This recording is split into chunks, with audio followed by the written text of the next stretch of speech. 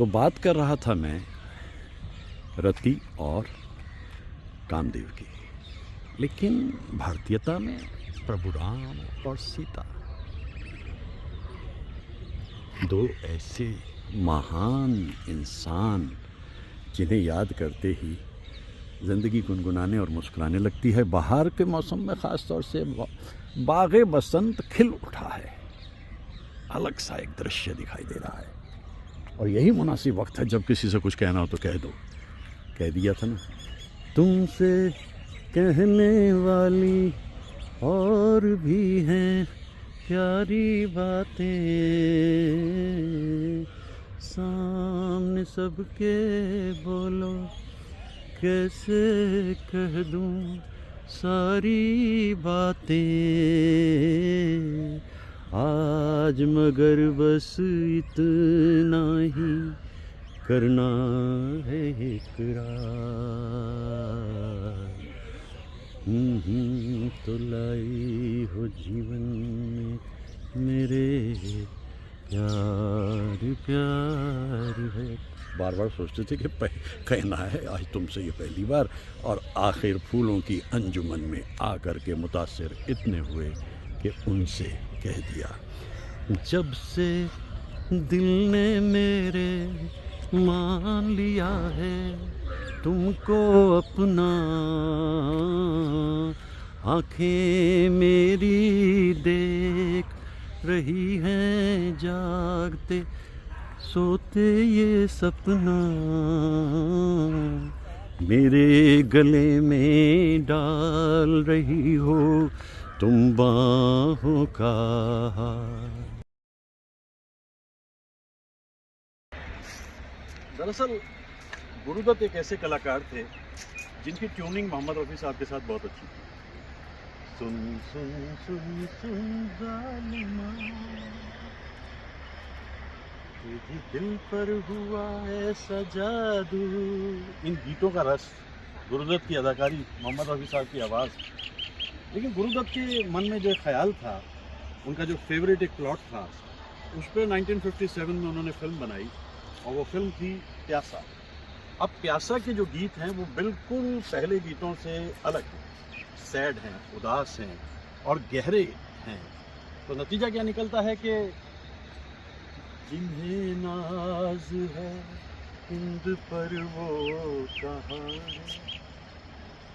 मैं ये सोचता हूँ कि जिस कलाकार में वेरिएशंस होती हैं कामयाब वही होता है, और ऐसा हम मोहम्मद रफ़ी साहब में देखते हैं।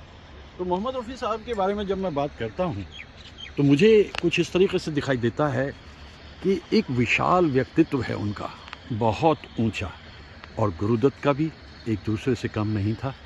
तो आज जब मैं याद कर रहा हूँ एक पूरे दौर को, तो मैं सोचता हूँ कि गुरुदत्त के वो गीत जो प्यासा में लिए गए थे, साहिर साहब के अल्फाज, कितना अपने ढंग का एक अनूठा संगीत था वो।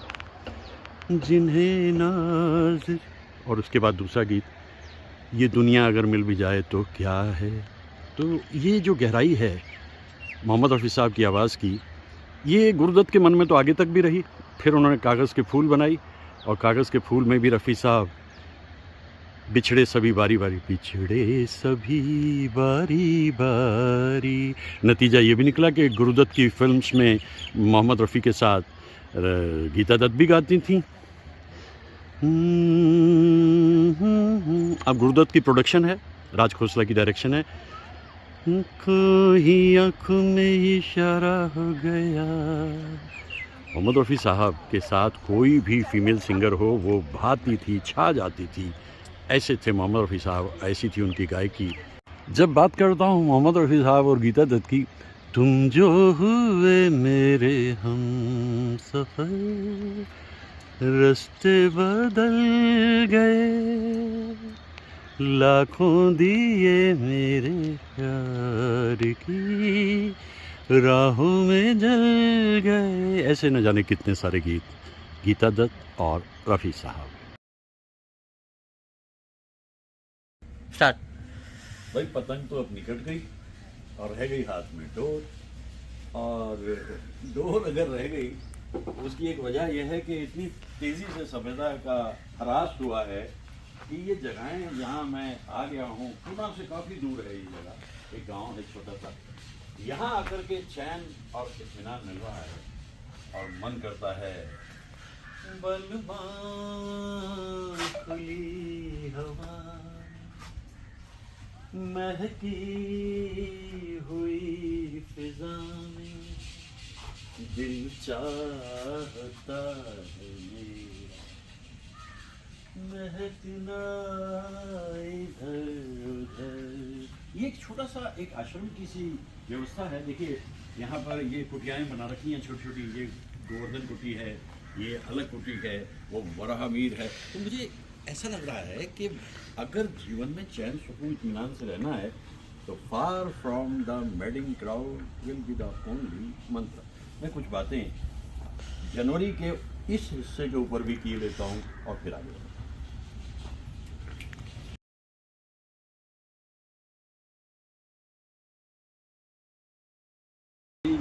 ये आ गया वेज कटलेट, और गंगा किनारे के वेज कटलेट मैं पिछले कम से कम 25 बरस से खा रहा हूँ। पहली बार जब मैं यहाँ आया तो मैंने देखा यार ये तो कमाल है। पहले तो इसकी शेप देखी ना, हार्ट शेप है वैसे भी, और फिर इस पर हार्ट शेप पे आपको चाकू चलाना पड़ता है, लाइफ ऐसी चलती है। तो मुझे यहाँ करके ये जो इनका रेसिपीज़ हैं बड़ी कमाल की है। और ये देखिए सामने ये गंगा है, गंगा को ज़रा ऊपर से दिखा देते हैं थोड़ा करके, क्योंकि हमारे दोस्त साउथ में ज़्यादा हैं वो ये देखते हैं, उनको बहुत मज़ा आता है। तो ठीक है, मेरे ख्याल से हम इसको दिखाता हूँ मैं इसकी। धन्यवाद, थैंक यू। तो मैं दिखाता हूँ आपको कि इसकी लज्जत क्या है। ये तो हुआ जी आपका कटलेट, वेज कटलेट जिसे कहते हैं, और ये सॉस साथ में है, फ्रेंच फ्राइज है। और देखो जगह कैसी है, जगह तो बहुत कमाल है। आइए, ओहो हो जगह देखिए, इस तो बिल्कुल अभी मैं करूँगा इसको शुरू। 25 बरस हो गए खाते खाते, और बहुत ही अच्छा लगता है यहाँ आकर के जो सुख मिलता है मुझे, far from the maddening crowd, दूर दुनिया से, बहुत अच्छा लगता है। अब खाते हैं, शुरू करते हैं ज़िंदगी में। बहुत अच्छा है, बहुत अच्छा है, बहुत ही अच्छा है ये सिलसिला यहाँ।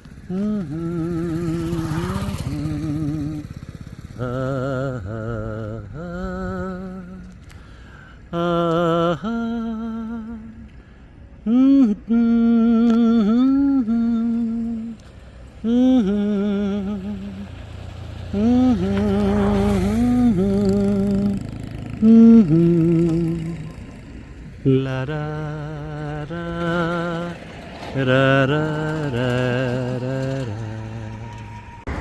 la la la la ra ra ha ha ha ha ha ha la ra ra ra ra ra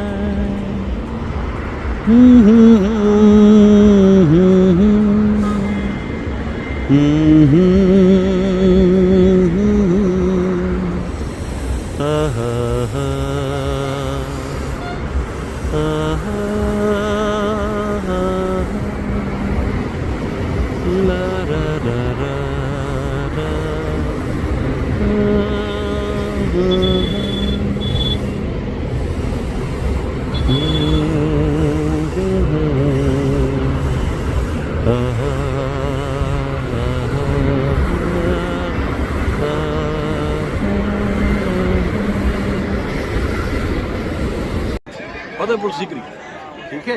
और इसमें अलग अलग तस्वीरें ये छोटे छोटे बच्चों को अगर दिखाई जाए ना तो उनका ये जो है ना गेम वेम खेलते हैं मोबाइल पर, उससे हट जाएंगे। ये चीज़ें उन्हें दिखाई जाए बच्चों को। It's floating against the current but still you have to take a chance. तो ये सलीम चिश्ती की दरबार है और यहाँ आकर के धागा बांध के जाते हैं, जो आपको चाहिए वो मुराद मिलती है। पूरी अकबर की भी पूरी हुई थी जहांगीर दुनिया में आया। मेरी कोई ऐसी मुराद है नहीं, इसलिए मैं नहीं जा रहा हूँ धागा बांधने। मैं चाहता हूँ सारी दुनिया में चैन रहे। अगर चैन है दुनिया में तो मेरे पास भी है, और अगर दुनिया को सब कुछ मिलता है तो मुझे भी मिलता है। तो आका सलीम चिश्ती, मौला सलीम। जितनी बलाएं आई सबको गले लगाया, ऊब गया कलेजा शिकवा जो लब पे आया। आला भाई जनाब सलीम चिश्ती साहब की बरगाह पे आगे ना गाया जब बात नहीं बनती ना। हाँ, मौला सलीम, हाँ बहुत शुक्रिया, बहुत शुक्रिया। मौला सलीम चिश्ती 1900, हाँ दुनिया सलीम, दुनिया के लिए यही हमारी दुआएं हैं। वाह।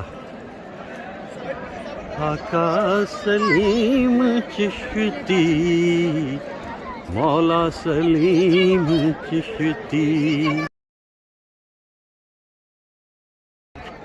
तो ये वो जगह है जो तानसेन यहाँ बैठते थे और जैसे ही कहते थे शुरू हो जाओ तानसेन, और तानसेन राग अलापते थे। राग दीपक उनका बड़ा मशहूर माना जाता है और मल्हार भी। ये आर्किटेक्चर अपने ढंग का अनूठा है। अब आप सोचिए कि वहाँ पीछे बैठे हुए हैं, अकबर देख रहे हैं, सुन रहे हैं, और क्या क्या कमाल है। आज इस हिस्से को देखते हुए मुझे बड़ी खुशी हो रही है, क्योंकि तानसेन से ही शायद मुझे वीडियो चल रहा है, क्योंकि तानसेन से ही शायद मुझे मिली है कुछ ऐसी सिद्धि कि मैं भी इसी तरह बैठ कर के मंच पे कभी कभी गाने लग जाता हूँ। और फतेहपुर सीकरी के अंदर आज ये बड़ा सुरीला दृश्य, ये पंचमहल है और इसमें आर्किटेक्चरल जो चेंजेस की गई थी उस ज़माने में मुगल्स ने, उसका एक बड़ा अच्छा नमूना है ये। और ये उड़ते हुए परिंदे, और आज मैं यहाँ देखते हुए इस खूबसूरत मंज़र को। और ये दीवाने ख़ास, ये दीवाने ख़ास है। क्या आर्किटेक्चर होता था, मतलब बादशाहों की क्या तारीफ़ करें। वो जो मज़दूर थे, मैसन थे, लेबर थी, ये कमाल तो उनका किया हुआ है ना, इसमें कोई शक की बात थोड़ी है।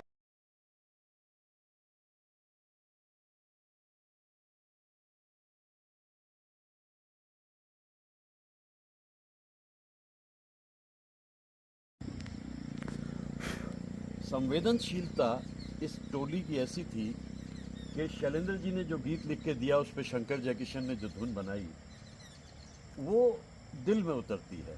ये सामने जो झोपड़ियाँ दिख रही हैं, अभी तो दिन है, लेकिन धीरे धीरे जब रात होती है और चारों तरफ अंधेरा छा जाता है, एक दिया जल रहा होता है इन झोपड़ियों में, तो बच्चे सोने लगते हैं और पीछे से एक आवाज़ आती है एक बुजुर्ग की, माना आज की रात लंबी, माना दिन था भारी, पर जग बदला बदलेगी एक दिन तकदीर हमारी, मत आस के दीप बुझाओ, मैं गाऊं तुम सो जाओ, सुख सपनों में सो जाओ।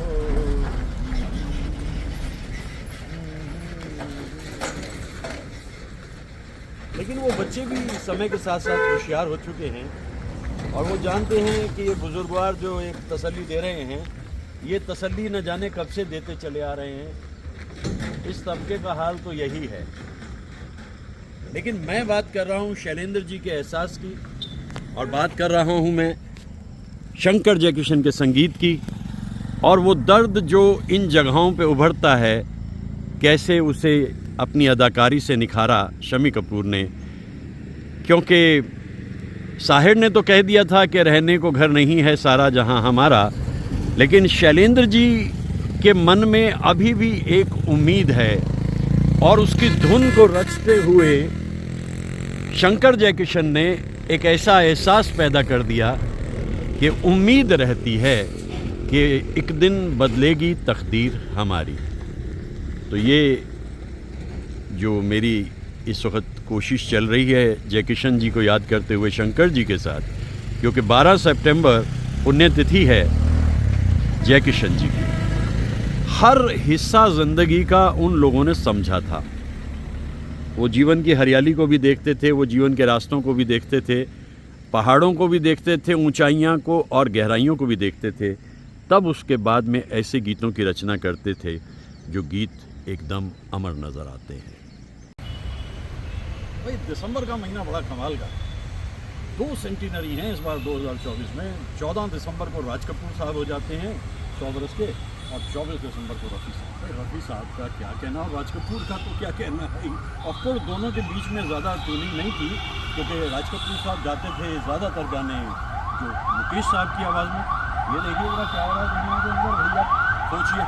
अभी गाना शुरू नहीं किया, विस्लिंग शुरू होगी, विस्लिंग नहीं है, सायरन शुरू होता है। एनी हाउ, तो मैं सोच रहा हूँ कि मैंने इतना कुछ उत्तरांचल में राज कपूर के बारे में कहा, तो कुछ रफ़ी साहब की बात करें। रफ़ी साहब के गीतों का तो क्या कहना है। जाने बहार हुस्न तेरा बेमिसाल है, वल्हा कमाल है, रे वल्हा कमाल। आप उनके गीतों को सुनिए। सच्चा है गर प्यार मेरा सनम, होंगे जहाँ तुम वहाँ होंगे। रोमांटिक गीतों में भी एक से नजर न लग जाए किसी की राहों में, छुपा के रखूँगा तुझे निगाहों में, तो खो न जाए। कोई भी म्यूजिक डायरेक्टर गाने ऐसे कमाल का बनाता था रफ़ी साहब के लिए, कोई भी म्यूजिक डायरेक्टर हो, कि रफ़ी साहब पुकारता चला हूँ मैं गली गली बाहर की, बस एक छाँव जुल्फ की, बस एक निगाह प्यार की, ला ला ला ला ला ला ला ला। जवानियाँ ये मस्त मस्त दिन थी, जलाती चल रही है राह में भी, न जाने इनमें किसके वास्ते हैं, न जाने इनमें कौन है मेरे लिए। एकदम उनकी आवाज़ में सुनाई देती है, ऐसा एहसास उनकी आवाज़ में सुनाई देता है कि अजीब किस्म के फूल ज़िंदगी में खिलने लगते हैं जो अभी तक भी नहीं खिले थे। रफ़ी साहब की आवाज़ कितनी खूबसूरत। कभी कभी क्या बैठते हैं, तेरी जुल्फ़ें परेशान, तेरी नजरें परेशान, कहीं ये प्यार ही ना हो नसीबे दुश्मना। ये तो मैंने गाए उनके वो गीत जो ज़्यादातर रोमांटिक गीत होते हैं। मैं उनके उदास गीत भी गाता रहता हूँ, और ख़ास तौर से ये टी शर्ट मुझे बड़ी पसंद है अपनी, विंसेंट वैन गॉग। 37 बरस की उम्र में इतने कमाल के पेंटिंग बना के ये इंसान चला गया, और इस इंसान के जीवन में इसे कोई शोहरत नहीं मिली विंसेंट को। और जब ये दुनिया से चले गए, लगभग 2000 के करीब इनके स्केचेस और इनकी पेंटिंग थी। अरे वाह, Van Gogh Van Gogh Van Gogh. कभी कभी शोहरत के लिए मरना भी पड़ता है, लेकिन वो बड़े किस्मत वाले लोग हैं जो अपनी ज़िंदगी में शोहरत पा लेते हैं। रफ़ी साहब को उनकी ज़िंदगी में शोहरत मिली। मैं कुछ और गीत उनके बारे में अलग अलग जगहों पे गाता रहूँगा जा कर के। और ये वक्त बदल रहा है, हालात भी बदल रहे हैं, लेकिन यहाँ से चलने का समय मेरे लिए आगे। ये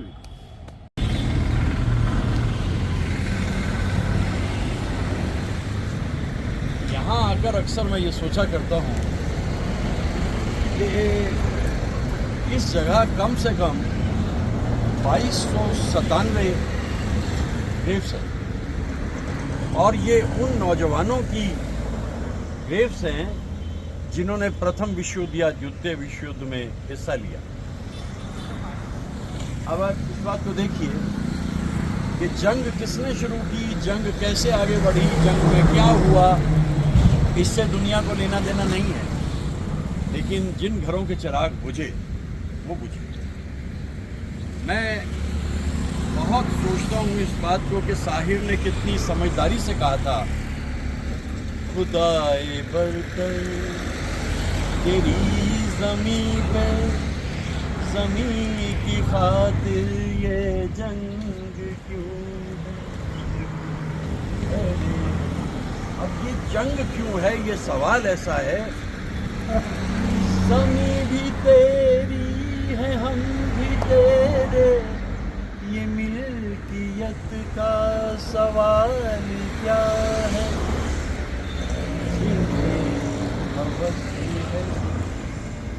तमाम उन्हीं का दिल इतना तंग क्यों है, खुदाए बरतर। इतनी खामोशी है यहाँ और इतनी सरगोशी है यहाँ कि मैं ये सोचता हूँ कि ये नौजवान छोटे छोटे नन्हे नन्हे 21, 22, 23 साल के जंग के रास्ते पे जब चले, इन्हें उम्मीद थी कि शायद ये वापस आ जाएंगे, ये वापस आए नहीं। और दुनिया में कोई ख़ास फ़र्क पड़ता भी नहीं इन बातों से, क्योंकि आज भी दुनिया में जो जंग चल रही हैं बस वो चल ही रही हैं। किसका कसूर है ये कभी तय हो नहीं पाता, लेकिन इतना ज़रूर है हज़ारों लाखों लोगों का नुकसान होता है और प्रकृति रोती है देख कर के। मैंने इसलिए थोड़ा ये सब बनाया था कि ये बवंडर हर वक्त उड़ाए रखो, लेकिन आप समझाएंगे किसे। ये दुनिया दरअसल इतनी खूबसूरत है अगर इसे किसी इंसान की नज़र से देखा जाए, लेकिन जब इंसान शैतान बन के और फिर दूसरों के हिस्से पे कब्ज़ा करना चाहता है तो ये दुनिया आंसू बहाने लगती है। ये सामने दिखाई दे रहा है वो मंज़र, जिस मंज़र को देखकर अक्सर ही मेरे मन में ये आता है कि ये लोग भी जीने के हकदार थे, मुस्तहक थे, लेकिन जिए नहीं। और अभी जो नुकसान आगे आगे होने जा रहा है उसको कौन बचाएगा, प्रश्न ये भी बड़ा अहम है। मुझे साहिर साहब की नज़्म बहुत याद आती है और वो नज़्म अपने आप में बहुत कुछ बताती है। वो बताती है कि युद्ध ना करो, युद्ध के नुकसान क्या है, और आपको जो करना है वो सिर्फ ये है कि युद्ध से इस धरती को बचाए रखो। ये खिले हुए फूल भस्म ना होने पाएँ, बस यही एक पैगाम रहता है। कभी वक्त मिले तो साहिर साहब की नज़्म पढ़ लीजिएगा, आप सोचेंगे कि कितने संवेदनशील शायर साहिर लुधियानवी साहब।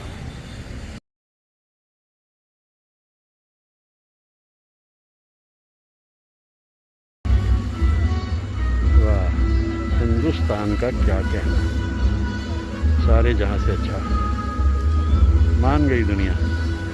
इतने रंग हैं इस देश में और इतनी विभिन्नता, फिर भी सब इकट्ठे, ये है कमाल।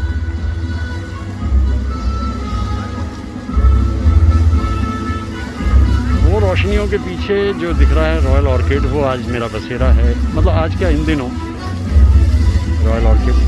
और वहाँ से ये पूरा बाग दिखता है खिड़की खोलते ही, वृंदावन गार्डन।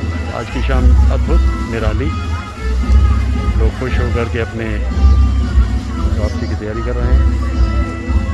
और भारत की गाथा महान,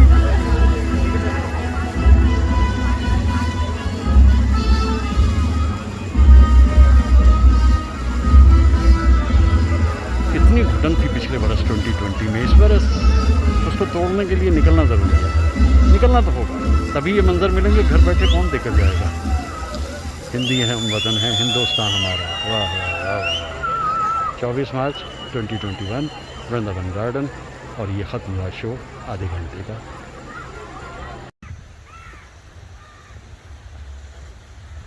देखते ही देखते जो बचे खुचे लोग थे वो भी गायब हो गए, और ऐसे दिखता है इस वक्त वृंदावन गार्डन शाम को 7:30 बजे।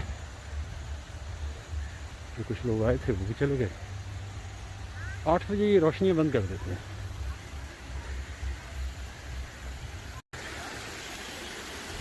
शायद ऐसी रंगत और इतनी खूबसूरती शाम के वक्त में मुझे नहीं लगता कि कहीं और है हमारे यहाँ। क्योंकि ये गार्डन ही अपने आप में कमाल है।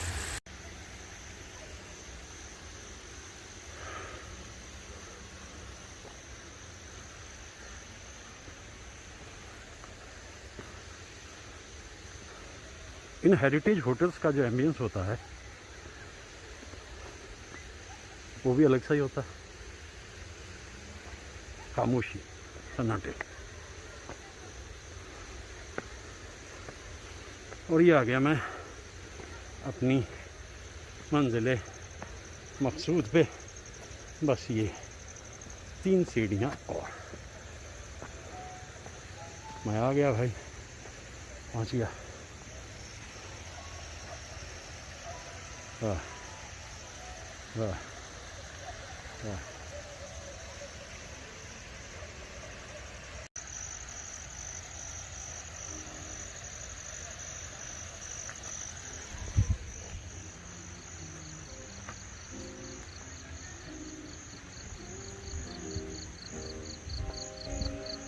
हल्का हल्का म्यूज़िक, ये मैं एंटर किया और अब बस सीधे यहाँ से वक्त निकलाना खाने की बात।